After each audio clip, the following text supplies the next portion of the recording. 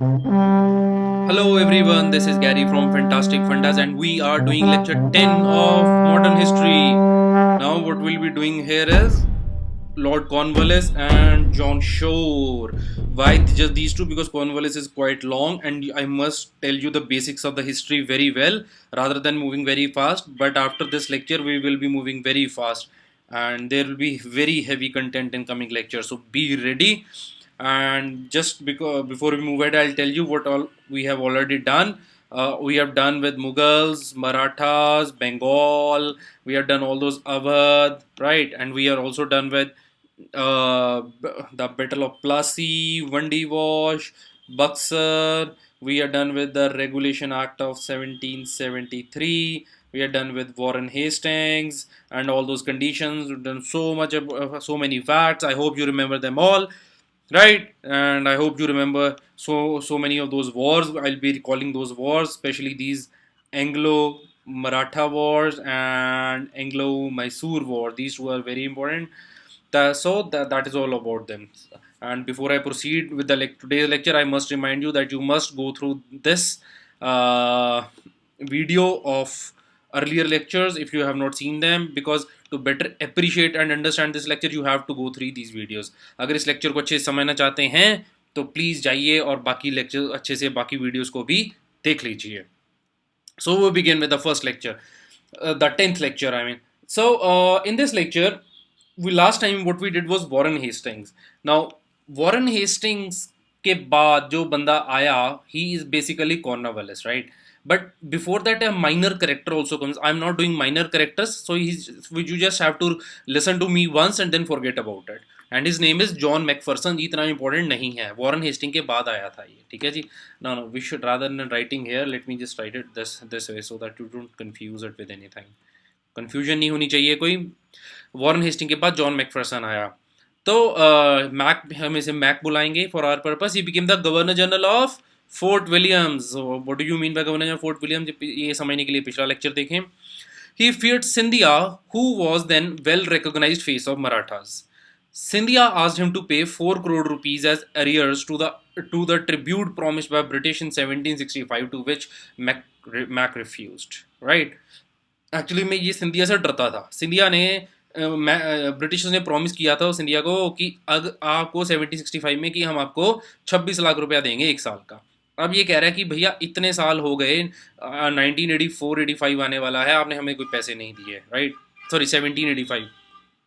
Now तो ये डरता भी था. 1786 there was a war between Marathas and Tipu Sultan. This war is not important, just remember it once. Before the war could conclude, Mac was superseded by Cornwallis. Just this small fact about him. Occasionally, very rarely actually, such a question will be asked, but still we should know little bit about them, not much. And whatever I'm telling you about this minor character is more than enough, you need not know more. So we start with Cornwallis. This number 2 represents that he is the second governor general, right? Second, हर जगह इसके साथ 2 ही लिखा आपको मिलेगा. तो ये हैं जनाब कॉर्नवालिस. 1785 से 1793 तक रहेंगे. कॉर्नवालिस की बात करें, ये आप देख रहे हैं. अब हम बात कर रहे हैं इंडिया की लड़ाई की. Let's look at the image first. If you see the image, what is this thing? What is this? ये तो यूएस का फ्लैग आ गया. ये कहाँ से आ गया? तो विल टॉक अबाउट इट, क्योंकि कॉर्नवालिस यूएस के अंदर भी लड़ रहा था. ये कॉर्नवालिस, राइट? तो क्या कैसे लड़ रहे थे, ये क्या हो रहा था यहाँ पे? अब battle of Yorktown at that time, at the time of American war of independence हुआ था. यॉर्क टाउन, मैं आपको वर्ल्ड हिस्ट्री भी करवाऊंगा और बहुत अच्छे से करवाऊंगा. और ऐसी वर्ल्ड हिस्ट्री होगी कि दुनिया में ना आज तक हमने कोई किसी ने पढ़ाई नहीं होगी किसी को, क्योंकि मुझे पता है वो मेरी कितनी अच्छे से तैयार है. तो खैर, एट टाइम वो मॉडर्न हिस्ट्री से अच्छी होगी वर्ल्ड हिस्ट्री की series. That is my promise. Battle of Yorktown at time American war of independence चल रहा था, ठीक है जी. Now Cornwallis had lost in that war due to combined forces of America and French, and it was after that time that British that America after this time that British paved the way for complete independence of America. A soldier था ये, एक diplomat भी था. इसका ये मर गया गाजीपुर में, इंडिया में. इसका मेमोरियल भी है यूपी के अंदर, आप देख सकते हैं अगर किसी ने जाना हो. He helped in creation of superstructure over work of Warren Hastings by carrying out important judicial and revenue reforms. ये जनाब ने जो काम किया वो कुछ उसमें कुछ खास नया नहीं था, हाँ, लेकिन एक चीज़ थी. जो इनसे पहले वॉरेन हेस्टिंग जी कर कर गए थे, उनके कामों को इन्होंने और बड़ा कर दिया। ठीक है जी, बाय कैरिंग आउट। और कैसे किया बड़ा? This was done by two ways. One was judicial reforms and second was revenue reforms. These are very true, and we'll be reading in detail about these reforms. So now, when he comes to India, if you remember, I told you about that Warren Hastings also, that he had his own aims, right? Now, what were the aims of Cornwallis when he comes to India? Number one, there was chaos in the Bengal government. कुछ का कुछ भी हो रहा था वहाँ पे। कोई किसी को पैसे दे रहा है, कोई नहीं दे रहा, कुछ बागी हो रहे हैं, some people are turning rebellious, ठीक है ना। और so रेवेन्यू कलेक्शन इतनी नहीं हो रही, अगर हो रही थी तो बड़ी सप्रेसिव थी, तो क्या हो रहा था उसे समझने की कोशिश करेंगे। दूसरा, इसका दूसरा काम था एडमिनिस्ट्रेटिव प्रोसेस को स्मूथ करना। और ये एडमिनिस्ट्रेटिव प्रोसेस को स्मूथ कैसे करेगा? केओस को खत्म करना है, एडमिनिस्ट्रेटिव प्रोसेस को स्मूथ करना पड़ेगा। और वो केओस को खत्म करना है, इसको खत्म करना है, तो आपको क्या चाहिए? स्मूथनेस चाहिए होगी एडमिनिस्ट्रेटिव प्रोसेस में। सॉरी, ये स्लाइड मेरे से मूव हो गई गलती से। तो अगर आपको केओस को ख़त्म करना है तो आपको एडमिनिस्ट्रेटिव प्रोसेस स्मूथ करना है।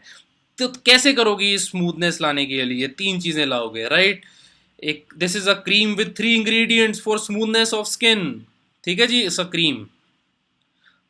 कैसी है ये स्मूथ कर देगी। कैसे करेगी? Judicial reforms, administrative reforms, revenue reforms. और इन्हीं तीनों चीज़ों को मिला के हम कहेंगे Cornwallis Code. Cornwallis Code. Right? To make the administrative process smoother, Cornwallis brought 3 changes. These were judicial reform, administrative reform, revenue reforms. Right? Jar, घड़ा एक, तो जार है, राइट? तो कॉर्नवालिस कोड जो है उस इसको कहा गया, और ये 1793 में इंप्लीमेंट हो गया। Why am stressing on this, ये पेपर में ना आपके एज इट इज उठ के आ जाएगा। अब इंडियंस जो थे दे वो यूरोपनाइज्ड, और जो इंडिया मतलब कि इंडिया की मार्जिनलाइजेशन होगी, हमें भी उन्होंने अंग्रेजों की तरह कर दिया। हम आज भी अंग्रेजों की कितनी सारी चीज़ें कॉपी करते हैं ना।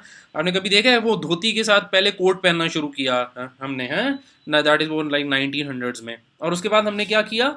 अब हम पूरा ही सूट पहनने लग गए, और अब तो हम उनसे भी आगे निकलने लग गए हैं ना। इंडिया के बारे में वेस्टर्न एक बड़ी फेमस बात है, तो मेरे कुछ रिलेटिव यूएस में रहते, जब भी आते हैं कहते हैं इंडिया 2 ही चीज़ों में आगे है। मैं कहा जी 2 ही चीज़ें कह रहे, एक टाइम एक फैशन है। लेकिन नाउ आई टेल देम हम बहुत आगे निकल गए हैं बहुत सारी चीज़ों में। उन्होंने आईएएस की तैयारी नहीं ना की। खैर, तो कॉर्नवालिस के अंदर क्या है रूल? अब कॉर्नवालिस क्या लेकर आया? एडमिनिस्ट्रेशन को इंप्रूव करने के लिए कंपनी सर्वेंट्स के लिए रूल लेकर आया, जो कंपनी के नौकर थे, ईआईसी ईस्ट इंडिया कंपनी के नौकर। और वो क्या थे? वो थे only qualified people would enter into the services of the company. ये नहीं भी किसी भी नथु गहरे को उठाकर डाल दो, ठीक है ना। ये see there were proper rules for it, only qualified people. Number 2, सिफारिश नहीं चलेगी जी, ये सिफारशी काम इंग्लैंड में भी होते थे हैं। No recommendation from England would be given weightage for appointments in the company service. No recommendation, this is good step. Now, private trade of all the company servants was abolished. अब private trade करते थे ना, क्यों? Why was this abolished? सारा ध्यान इसके ऊपर हो रखा है, ठीक है ना। ध्यान से सुन रहे हो ना, सारा ध्यान इन लोगों का प्राइवेट ट्रेड पर हो गया। जब ध्यान कहीं और होता है तो पढ़ाई भी नहीं होती, तो ध्यान कहीं और था, प्राइवेट ट्रेड पर था, तो कंपनी को कैसे फायदा होगा? बंद कर दो।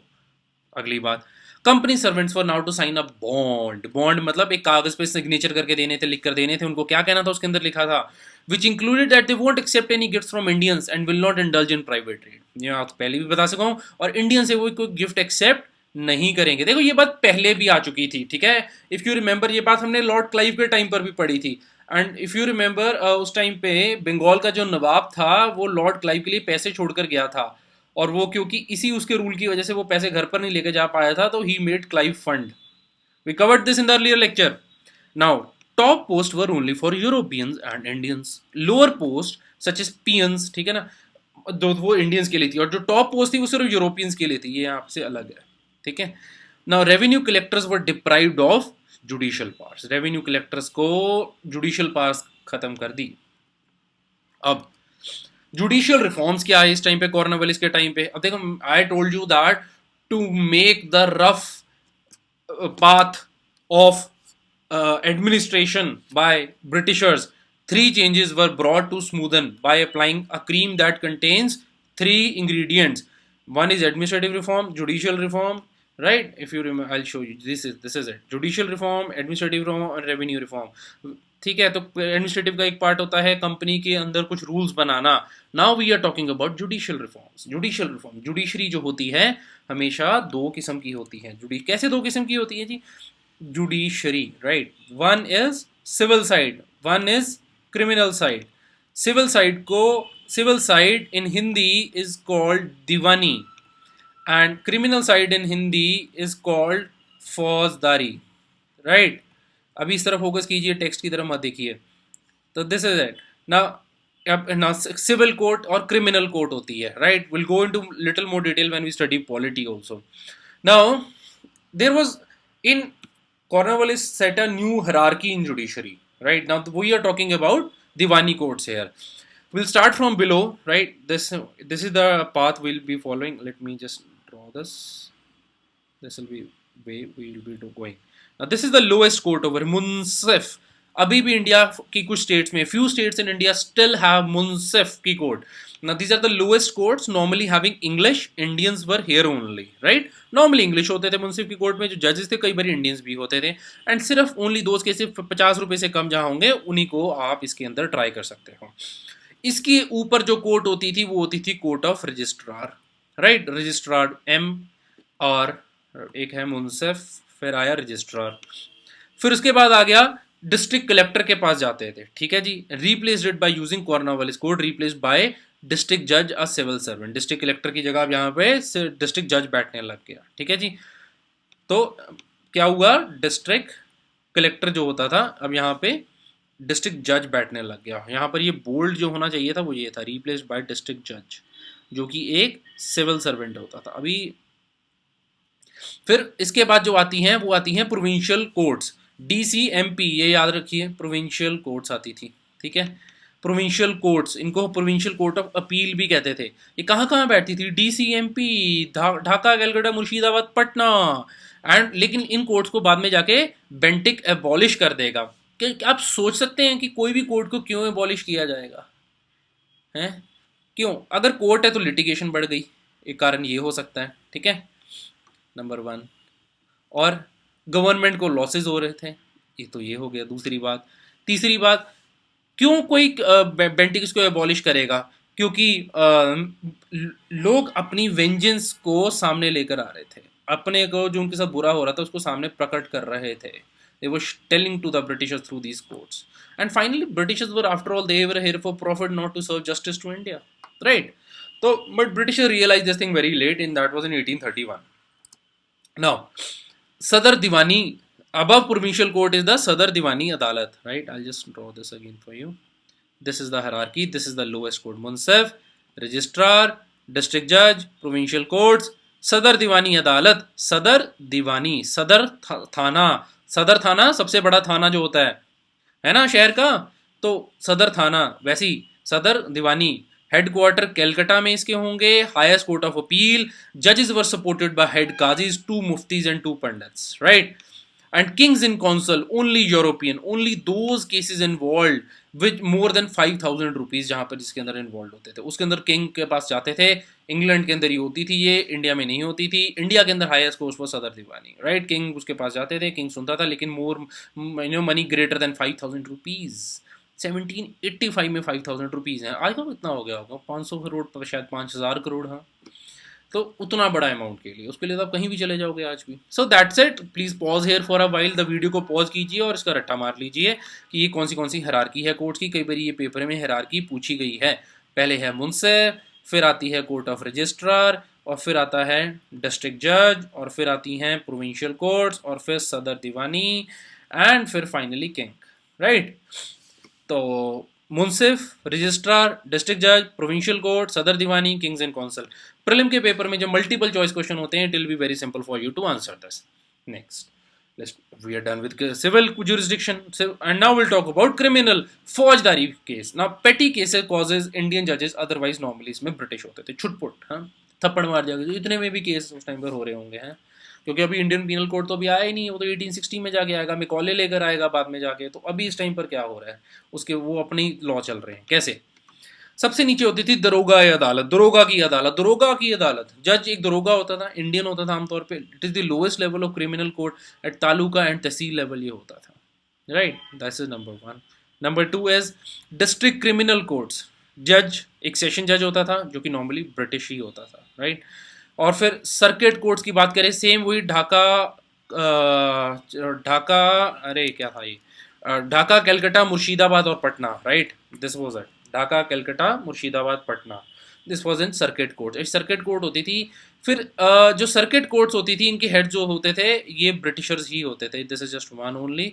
And four in Bengal, abolished by Bentinck in 1831, right. इनको भी सर्किट कोर्ट सारी, चाहे वो सिविल थी, चाहे मैंने आपको पिछले पेज पर दिखाया था जो ये प्रोविंशियल कोर्ट ऑफ अपील है, इन दोनों को सर्किट कोर्ट्स होती थी।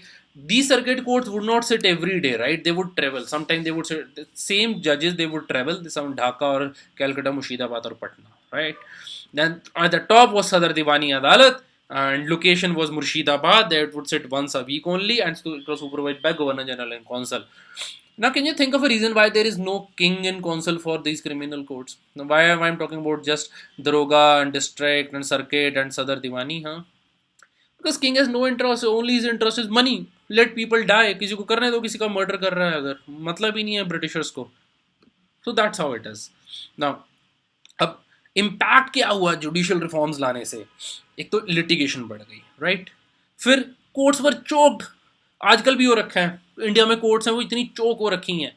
Also contributed to failure of permanent settlement system, right. Will be talking about this, what this is permanent settlement system, जब हम रेवेन्यू कोर्ट्स के बारे में बात करेंगे, रेवेन्यू सिस्टम के बारे में बात करेंगे। फिर later on zamindari gets coercive powers in 1795 and 1799 with which litigation got reduced. Zamindars को जो कुछ पावर्स दे दी गई, जुडिशियल पावर, जिसकी वजह से कोर्ट्स के ऊपर बर्डन कम हो गया, ठीक है जी। Okay, so the next is the Cornwallis as the father of the civil services in India. This was from see why he's known as the father of civil services in India. He did not start those what do you call the Indian civil service, right? ICS was not started by him, or not even IAS, right? ICS later converts into IAS, but ICS was not started by him. But then why he's known as the father of civil service in India? This can be a question in paper actually. See, Cornwallis is known as the father of civil services because he started the Indian civil services. False. क्यों गलत है? He's known as because he brought such changes in internal administration and judiciary which were fundamental to civil administration in India. Civil administration के अंदर जो ऐसे कुछ बदलाव लेकर आया था, ये जो बेसिक बनाते थे, उनकी वजह से इसको father of civil services in India कहा गया है। He is also known as the father of the modern police administration. Police was under जमींदार। सोच के देखो, पुलिस जमींदारों के नीचे होती थी। जमींदार कौन होते थे? बाद विल टॉक अबाउट इट, अभी जो परमानेंट सेटलमेंट सिस्टम के बारे में जब बात करेंगे। अभी ये जो जमींदार जिसके पास जमीन है, बस इतना समझ लीजिए। बिफोर दिस, अब and now post of district superintendent of police was created by a regulation. Indians would get highest post of दरोगा। दरोगा आज का सब इंस्पेक्टर लेवल का बंदा है। Police was यूरोपनाइज। यूरोपनाइज का मतलब क्या है? उनकी प्रॉपर यूनिफॉर्म, उनकी ट्रेनिंग और वो सारा कुछ जो यूरोपियन वे में करते थे, ठीक है। हाँ, हमारी जो वर्दी है पुलिस की वो भी कॉलोनियल लेगेसी है, और हम सोच भी रहे थे, हैव यू एवर वंडर्ड कि इंडियन पुलिस सर्विस की यूनिफॉर्म चेंज होनी चाहिए कि नहीं होनी चाहिए? Mamata Banerjee once thought about it कि कैलकाटा के अंदर पुलिस की चेंज होनी चाहिए। हाँ, खैर, police was not paid salary and unlimited power to arrest suspected persons. Thanas came into existence to maintain law and order. थाने का सिस्टम शुरू हुआ, थाना. This is important. Zamindar still influence these thanas, right? But this is not Indian civil service, please remember. He's not father of civil service in India for this purpose. Now, abolition of slavery. Lord Cornwallis said that. What was he saying? Anyone who is found associated with slavery would be prosecuted in the Supreme Court to curb the menace of child slavery. इससे पहले कि आप खुश हो जाएं कि बड़े अच्छे थे जी ब्रिटिश, उन्होंने हमारे देश में स्लेवरी खत्म करने की कोशिश की, जानिए असली कारण क्या था। क्या था? Real reason was that children were collected by the Indians and sold to French. ठीक है, ये हो रहा था यहाँ पर इंडिया में। This was the reason. अब कॉर्नवालिस के बारे में और बात करें तो इसने कुछ लड़ाइयाँ भी लड़ेंगे, सारे जाने लड़ाइयाँ लड़ेंगे, ठीक है। कौन किसी को कैसी लड़ाई लड़ेंगे, will talk about that. Then third Anglo Mysore war was there, right. Now in 1792 to 1792. Second Anglo-Mysore War ended with Treaty of Mangalore. I told you that, which included clause on transfer of prisoners, and Tipu did not honor this by keeping British prisoners with him. Right? This ended with Treaty of Srirangapatnam. Now, see what is Srirangapatnam. Now, see what was in that treaty after Second Anglo-Mysore War, that Tipu's half territories, right, were Srirangapatnam was not with Second Anglo-Mysore War. This was Third Anglo-Mysore War. Tipu's half territories were snatched and divided in Marathas, Nizam, and British. Right. Tipu was to pay the war indemnity. Raja of Kurg, ये आज बहुत spelling errors हो गए हैं, spell check रह गया शायद. Raja of Kurg got independence from Tipu.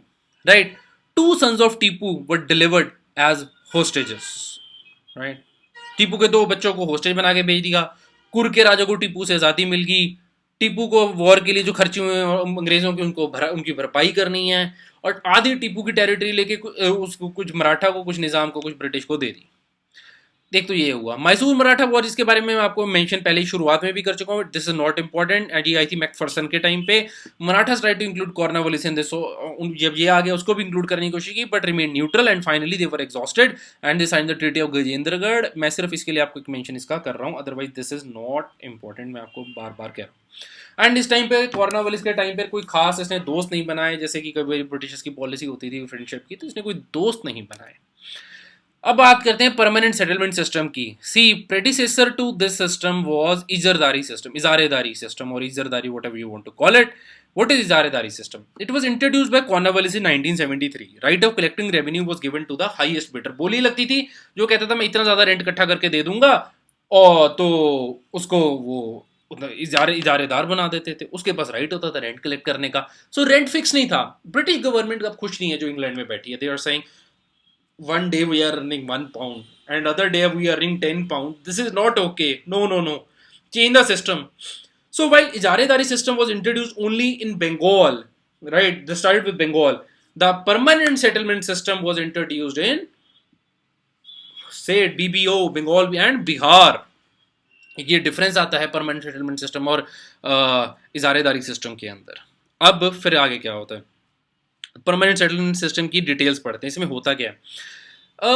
Warren Hasting जो था 5 ईयर सेटलमेंट सिस्टम लेकर आया, ठीक है जी, लेकिन उसको जो इम्प्लीमेंटेशन होती है इस टाइम पे वो कॉर्नवालिस के टाइम पर ही प्रॉपर जो होती है. वॉरेन हेस्टिंग वो तो 5 ईयर सेटलमेंट लाया था. जो परमानेंट सेटलमेंट सिस्टम है वो कॉर्नवालिस लाया. तो रेवेन्यू सिस्टम की जो जो फिक्स होती है यूजली एट हाई रेट, क्योंकि किसी से कंसल्टेशन तो करते नहीं थी कितना करें. 1765 से लेकर 1793 तक अगर आप देखें तो जो रेवेन्यू था वो की डिमांड थी ब्रिटिशर्स की, वो इंडिया में डबल हो चुकी थी. सबसे पहले बंगाल और बिहार में आए, then to northern districts of Madras and district of Varanasi. Don't take this sentence lightly, this has been asked in paper once already and I feel कि this can be asked again probably this time. Right, कि permanent settlement system जो था सबसे पहले कहाँ आया और उसके बाद कहाँ कहाँ आ गया. This is Madras, this is district of Varanasi. This statement is right from NCERT. ये वाली statement है जो I remember. Okay, in central India and Awadh there was temporary zamindar system. Zamindar were made owners of the land, but they had to pay revenue as was revised periodically. जमींदार ही मालिक बन गया जमीन का. जमींदार कैसे मालिक बन गया जमीन का? जो किसान खेती करे, is not he the owner of land? The peasant, what about him? Is not he the owner of land? Why was जमींदार? British said, you give us revenue, you collect the revenue, and you are the owner of the land, and the person who's a peasant, he is turned into a tenant. And revenue collector called zamindar was given the, see, John Shore, head of the committee to understand the system in India, along with James Grant. These two people played important role in setting up this system, and John Shore plays very important role in execution of this system later when he becomes the Governor General in 1793, when Cornwallis retires and John Shore remains up to 1798. Okay, which we'll be doing in the next in this lecture only. Now, revenue collector called zamindar was given ownership, and areas given to them was their zamindari. जो revenue collector होता था उसे जमींदार कहते हैं, और जो पैसा इकट्ठा करके जो जिस जगह से पैसा इकट्ठा करता था उसे जमींदारी कहते हैं. नाउ जमींदारी या फिर now collective ownership was the trend. Revenue collector had ownership with king as the ultimate owner, लेकिन doesn't mean that वो एक्चुअली में जमींदार ओनर बन गया. ओनरशिप ब्रिटिशर्स ने अपने पास ही एक किस्म की रख ली. इट्स लाइक दिस कि मैं आपके पास, you own a land, and I am the government of India, what I do, I come to you and say, okay, from today, even from your neighbor's land, what you can do, you can collect. Your neighbor will have to pay certain revenue to you, and you will be giving some part of it to me, and you can keep a part of it yourself. 89% part you will have give to me, and 11% you can go and keep with yourself. Right? That was it, right? It's not 11%. It comes down to 1 by 11. So that's like 9.99%, right? Somewhere like 90%. Let's call it 10%, right? So that was with them, and partially it was with the Britishers. तो आपने अपने neighbour से ये collect करने लगे, और neighbour ना अपने लैंड का ओनर रहा, और ना ही जो आपका नेबर आप उसके ओनर रहे उसके लैंड के. ब्रिटिशर्स सेड कि ये लैंड जो है, ये सारी लैंड हमारी है, इसके अंदर आपके ओनर का कुछ भी नहीं लेना देना होगा. और दूसरी बात, जो भी ये रेंट का कलेक्शन होगा, इसका आप एक ही पार्ट अपने पास रख पाएंगे, बाकी ज़्यादातर पार्ट तो आपको हमें ही देना पड़ेगा. ठीक है जी. और फिर इसके बाद क्या होता है कि यहाँ पे zamindar would get 1 by 11% for serving as agent of the government, but the rent they had to pay to government was fixed, and the rent increased owing to better agriculture or his capacity or extract more on any other reason. Then he would keep that extra with himself, but he had to pay rent to government rigidly, even if there was crop failure, otherwise his land was sold. क्या मतलब है इस बात का?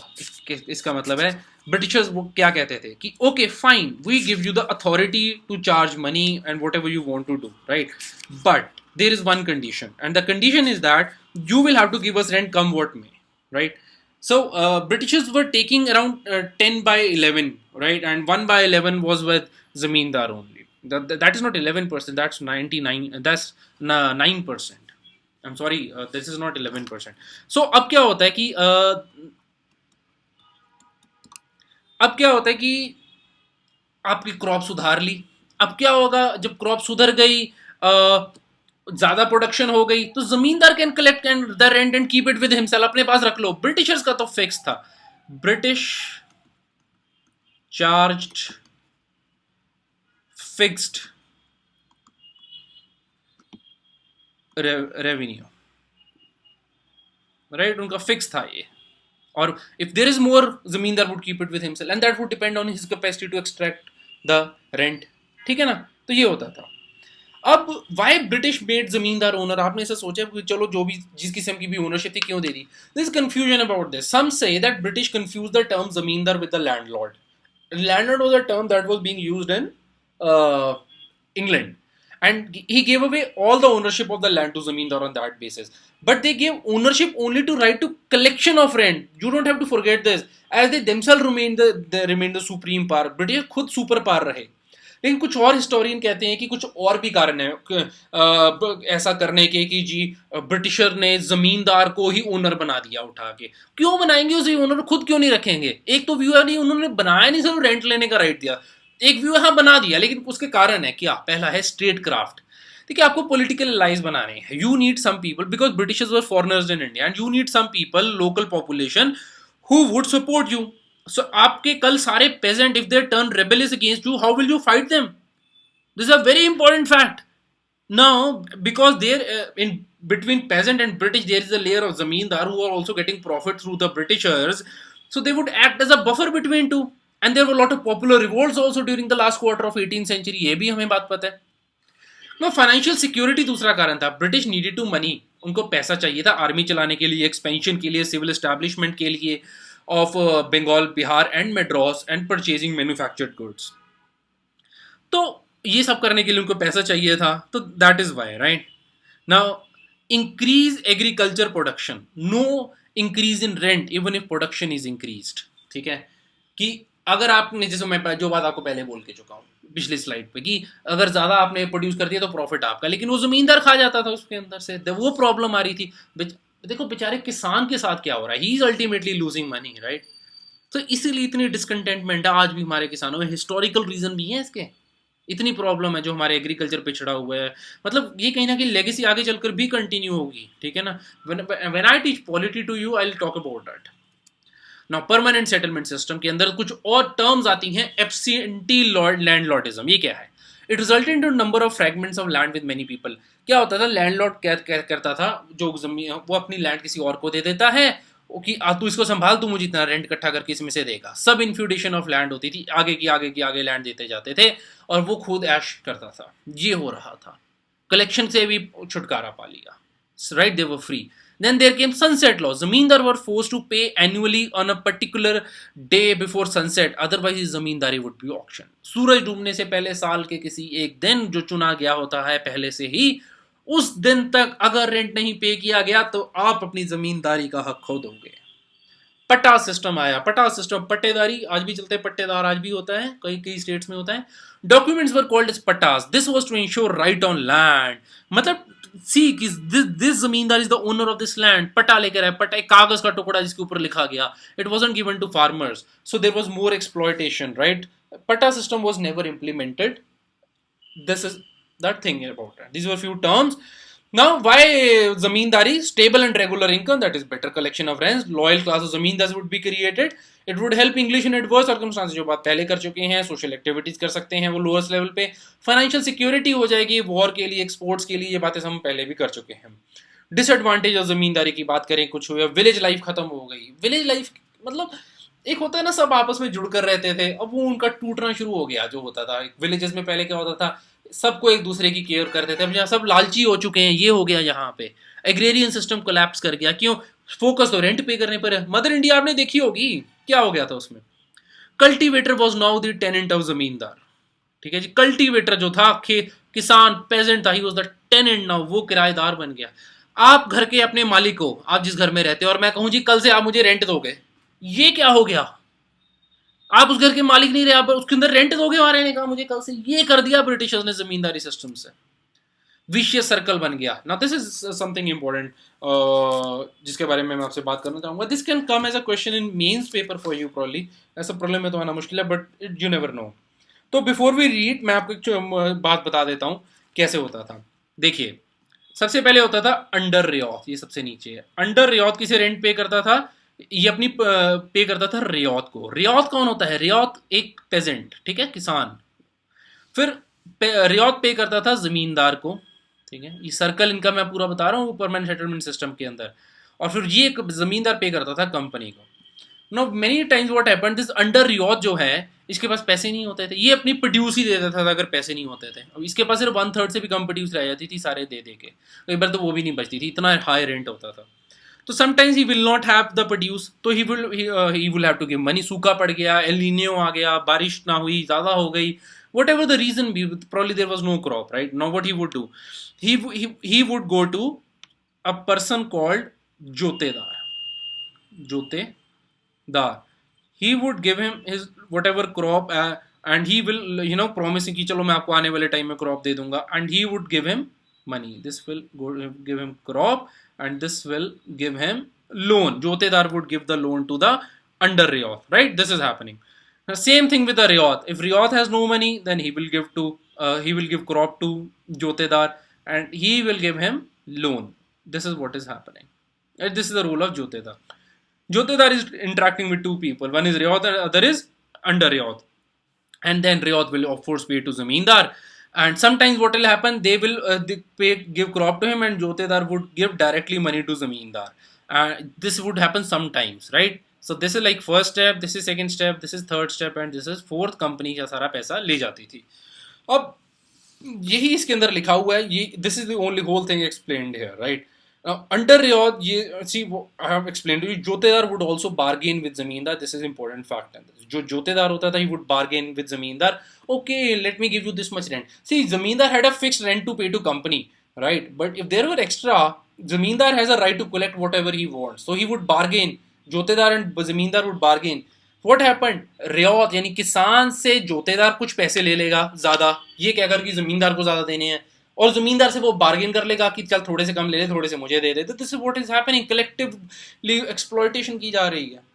अब ये बात important क्यों है? इंपॉर्टेंट आपके लिए समझनी क्यों? क्योंकि जो लैंड था, it was not just for produce और money, it was an identity and the system of zamindari led to poverty and indebtedness. ठीक है, इसकी वजह से ये प्रॉब्लम आई। मदर इंडिया की स्टोरी बिल्कुल यही तो है। ना कुछ और सिस्टम भी आए apart from permanent settlement system, जैसे कि रियातवाड़ी, महलवाड़ी। ये इस टाइम पर this were not introduced by Cornwallis, ठीक है। तो इनसे इनके बारे में हम अभी बात नहीं करेंगे, इनके बारे में वी विल टॉक अबाउट जब हम और चीज़ों के बारे में डिटेल में बात करेंगे, सोशियो इकोनॉमिक वो सारा फैक्टर बात कर रहे होंगे। That is not part of governor general exactly, so that is why I'm not talking here. So we will talk about later in the complete dedicated to structure of government in India. Cornwallis के time पे famine भी आया था, 2G12 famine आया था। इसको जो जिसका रीजन क्या था, एल नीनियो, इसको स्कल फेमीन के नाम से भी जानते हैं। और ये आप देख सकते हैं इसका एरिया यहाँ पर कहाँ कहाँ ये आया था, ठीक है जी। बहुत सारा मराठा कॉन्फेडरेसी का एरिया में और नदन सरकार के एरिया में जो था मेनली, और निज़ाम के एरिया में, निज़ाम ऑफ हैदराबाद के एरिया में ये जो था फेमीन आया था। फेमीन इतना, इसको 2G12 का मतलब होता है स्कल फेमीन। और स्कल इसको क्यों कहते हैं, क्योंकि सड़कों पे लोगों की हड्डियां पड़ी हुई थी, सड़कें सफ़ेद हो गई थी। Famine that bones of victims ले अनबरिड वाइटिंग द रोड्स एंड फील्ड्स, इतने बुरे हाल थे, ठीक है जी। कॉर्नवालिस क्या हुआ था, 1785 से 93 में रहता है और ये वापस चला जाता है, लेकिन इसके टाइम पे कुछ छुटपुट और दोबारा भी आएगा, बिल्कुल थोड़ी सी देर के लिए, जुलाई में आके अक्टूबर में चला जाएगा। एक्चुअली मर जाता है सेकंड टाइम जब आता है। फाइनेंशियल स्ट्रेन हो जाता है ईस्ट इंडिया कंपनी में after costly campaign, and Cornwallis is reappointed to bring peace, but he dies in Ghazipur, ठीक है जी। Now come John Shore, I will quickly finish it. This is third governor general we are studying, 1793 to 98. He implemented the permanent settlement system, right? Actually, who introduced permanent settlement system? It was Lord Cornwallis. Who is father of civil service in India? Lord Cornwallis. Who introduced permanent settlement system? Cornwallis, right? Who brought the administrative changes in India? Big changes, called Lord Cornwallis, ठीक है। और who, इससे पहले कौन आया था Cornwallis से पहले? It was Warren Hastings. Warren Hastings पढ़ लिया, कॉर्नवालिस पढ़ लिया। अब हम पढ़ेंगे जॉन शोर के बारे में। He implemented permanent settlement system. It was introduced by Cornwallis. He had a sound knowledge of revenue system. And sir and ma'am, let me tell you that John Shore helped Cornwallis in framing this permanent settlement system policy. He was working under him only. He followed the policy of non-intervention. दखल अंदाजी की policy नहीं follow की इसने और states के अंदर। Charter Act of 1793 was implemented. Why is this Charter Act comes here? We'll be discussing this in detail right now. But just after this slide, I'll tell you the introduction. 1773 Regulation Act came, and that gave company monopoly for 20 years only. And 1773 Act had come after the charter issued by the British Crown in 1600 that we have done earlier. Now this comes in 1793 because the period of 20 years gets over. Female infanticide was prohibited in 1795. This is very important fact which you should remember. Humanitarian, क्योंकि female infanticide कब खत्म हुआ? Infanticide, foeticide और foeticide infanticide में क्या फर्क होता है? इन्फेंटिसाइड होता है इन्फैंट, बच्चे को मार देना। फीटिसाइड होता है फीटस, जब बच्चा मदर की वूम में है उसको वहीं पर मार देना, that is foeticide. This is infanticide, बच्चे को मार देना। तो ह्यूमैनिटेरियन वैल्यूज एमर्ज इस टाइम पे थोड़ी बहुत अंग्रेजों के मन में भी, आप सोच सकते हैं। EIC east India company army जो थी रीऑर्गेनाइज किया गया और आर्मी का साइज छोटा किया गया। क्यों? पैसे नहीं है भाई, पैसे ही का चक्कर है। जयपुर 1794 में, त्रावणकोर 1795 में became under British protection. Andaman island also were occupied. उत्तरी नाउ अभी ये आगे जाके ये भी तो बनाएंगे ना वहाँ पे काले पानी की सजा, और वो जहाँ पे फिर वीर सावरकर को रखा जाएगा उस जेल के अंदर, वेरी फेमस जेल। अभी vice president of India went over there to that jail. He gave a speech on that occasion, and you just Google that speech and listen to it on YouTube. It's amazing. बहुत अच्छी speech थी वो। फिर company to control of coastal region from Ceylon from Dutch, ठीक है जी। अब बात करते हैं चार्टर एक्ट की, क्योंकि जॉन शोर के अंदर सबसे इंपॉर्टेंट चीज ही आएगी। Only fairly minimal changes to either the system of government in India or British oversight of companies' activities. बस खास नहीं कुछ किया, लेकिन जो मोटा मोटा किया वो मैंने आपके लिए यहाँ समराइज कर दिया है। आपको कहीं से और कुछ पढ़ने की जरूरत नहीं है। दिस इज समरी ऑफ 2-3 जगह से लिखी है ये, ठीक है जी। Most importantly the company's trade monopoly was continued for 20 years. पहले 20 साल के लिए मिला, अगले चलो जी 1813 तक अब चलेंगे, ऐश करेंगे। इसलिए जो अगला एक्ट आएगा वो 1813 में जाके आएगा। Salaries for the staff and paid member of board of control were not charged on company. पहले ब्रिटिश गवर्नमेंट पे कर रही थी, अब क्या हो गया, जितना स्टाफ है जब बोर्ड ऑफ कंट्रोल का भी, उन सबको कंपनी के पे करना पड़ेगा। Governor general was granted, board of control क्या होता है इसके लिए पिछला लेक्चर जाके देखो, I am not going to tell you here, ठीक है, फर्स्ट लेक्चर है जो गवर्नर जनरल्स पे, यानी लेक्चर नंबर 9 है वो। The governor general was granted extensive powers over the subordinate presidencies, ठीक है जी, जैसे बॉम्बे, मेड्रास, ये सारी, ठीक है। Governor general's power of over ruling his council was affirmed and extended over the governor of subordinate presidency, यानी कि गवर्नर जनरल जो होता था उसकी काउंसिल होती थी, आपको याद होगा, जिसके अंदर 3 मेंबर हो गए थे, ठीक है। पिट्स इंडिया एक्ट से जो 1784 में आया था, चार्टर एक्ट से 5 मेंबर थे, जो 3 मेंबर रह जाते हैं उसके अंदर उसको कहा जाता है कि भैया अब से अगर 2 मेंबर आपके अगेंस्ट है तब भी you can veto it. Governor general को ये पार दी गई थी, जो वो वाली पार थी, ठीक है, उस पार को अब इसमें रीअफर्म किया गया, इतनी बात है, ठीक है। अब senior officials were forbidden from leaving India without permission. अगर आप सीनियर ऑफिशियल हो ईस्ट इंडिया कंपनी का, आप इंडिया छोड़कर नहीं जा सकते। जैसे आप आईएएस ऑफिसर होते हैं, आप इंडिया छोड़कर नहीं जा सकते बिना बताए, same. Royal approval was mandated for the appointment of governor general, governor and commander in chief. Sir royal approval, अंग्रेजों से, वहाँ ब्रिटिश और गवर्नमेंट से वहाँ से अप्रूवल लेना जरूरी है, रॉयल किंग से। East India Company was empowered to grant licenses to both individuals and company employees to trade in India, known as the privilege or the country trade, which paved way for the shipments of opium to China. ये बहुत important चीज है। East India Company में पहले क्या होता था, private trade जो था सिर्फ लोकल लेवल पर अलाउड था, और उसके अंदर भी लोकल लेवल पर भी उसको मना करना शुरू कर दिया था, क्या यहाँ क्योंकि उससे वो अपना सारा फोकस कहीं और कर रहे थे, ठीक है ना। ये मैंने बात इसी लेक्चर की शुरुआत में की है। तो इसके अंदर क्या हुआ कि आप इनको लाइसेंस देने लगे to both individuals and company employees to trade in India. It is, इस चीज को प्रिविलेज कहते थे, ठीक है। प्रिविलेज ट्रेड क्या होता है, अब आप पेपर में उलझ ना जाना किसी चीज को लेके और कि क्या होता है, या कंट्री ट्रेड क्या होता है। तो क्या हुआ, इंडिविजुअल्स और कंपनी एम्प्लॉयज हैं जो वो ट्रेड कर सकते हैं इन इंडिया, और इसी की वजह से शिपमेंट इंडिया से ओपीएम के जो है वो चाइना जाने लग जाएंगे, और ब्रिटिशर्स हमें फोर्स करेंगे ओपीएम यानी अफीम की खेती करो। कंपनीज पॉलिटिकल फंक्शंस वर क्लियरली लेड आउट। कंपनी का पॉलिटिकल फंक्शन क्या होगा, that is acquisition of sovereignty by the subjects of the crown is on behalf of the crown and not its own right. Whenever company acquires any kind of sovereignty in India, it's on the behalf of crown. Company is the representative of crown now, it is not acting in its own capacity. Revenue administration were divorced from judiciary function and this led to disappearing of the माल अदालत। Revenue court यानी कि tax इकट्ठा करने की जो court थी उसको normal judiciary अलग किया गया, जिसकी वजह से अब इनको फिर माल अदालत का जो कॉन्सेप्ट था वो खत्म हो गया। जो कंपनी का चार्टर था, it would be next renewed by the charter act of 1813। पहले एक्ट को रेगुलेशन एक्ट क्यों कहते हैं, tell me, think over yourself, and if you don't remember go back to previous lecture. जो इसे लेक्चर 9 है ना, उसकी इंट्रोडक्शन बहुत अच्छी है, आपको उसे दोबारा सुनना चाहिए, उससे क्या बैकग्राउंड बन रही है, ठीक है। मैं रटा दूंगा आपको ये सारे के जितने एक्ट्स हैं, इनकी टेंशन मत लेना, अभी जितने इसी पर पॉज कीजिए, read through this points again, ठीक है। मैं I will just highlight this again for you. क्या है, trade monopoly for further 20 years, ठीक है। उसके बाद salaries charge to the company, फिर उसके बाद गवर्नर जनरल के पास पावर थी ओवर सारी प्रेसिडेंसीज, फिर पावर ऑफ ओवर रूलिंग जो थी, पहले जो 5 मेंबर थे ये 1773 में, और फिर जो 1784 में 3 मेंबर्स रह गए थे पिट्स इंडिया एक्ट से, ये पावर को रीअफर्म किया गया। Senior officials can not leave, forbidden from living India, royal approval for appointment, बाकी पॉइंट हाईलाइटेड है। Revenue administration was divorced from judiciary, और फिर माल अदालत जो थी वो गायब हो गई, ठीक है। और नेक्स्ट एक्ट 1813 आएगा। अब आंसर क्वेश्चन है आपके लिए, what do you understand by ijaredari system differentiated from permanent settlement system, in your opinion what led to fall of these systems, ठीक है जी। आंसर्स कुछ बच्चों ने जो पहले लिख रहे थे उन्होंने कईयों ने लिखने कम कर दिए हैं, नए बच्चे आ रहे हैं, कुछ बच्चे कंसिस्टेंसी दिखा रहे हैं।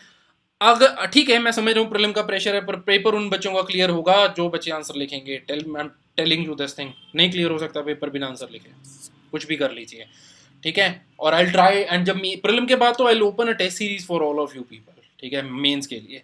And answer should be in PDF format and the pictures of the answer should be clear. And अगर मैंने अभी बहुत सारे बच्चों को रिप्लाई नहीं कर पाया हूँ, I reply all of you very soon, right? Next के अंदर governor general will continue and those will be little longer lectures because अब टाइम कम हो रहा है, तो थोड़े लेक्चर लंबे हो जाएंगे। Thank you, please subscribe to our channel, as always I say to this to you, and see I am not charging you money for modern history of India lecture series. मैं इस series के लिए, modern history के लिए तो आप सिर्फ 1 रुपया नहीं ले रहा हूँ। Please I have a request, share it with other people, at least do this favor to me right now, right? Just you, why don't you just click on the Facebook button and share it with other people, or Twitter?